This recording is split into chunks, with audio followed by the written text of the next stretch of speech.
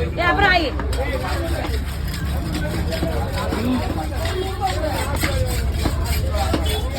முழுசா போடு. ஏன் நீ ஆய மாட்டியா?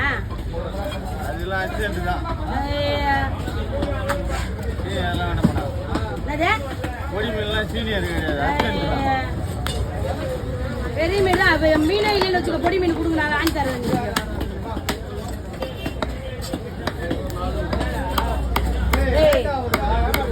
அடி வாங்க போறாங்க என்கிட்ட.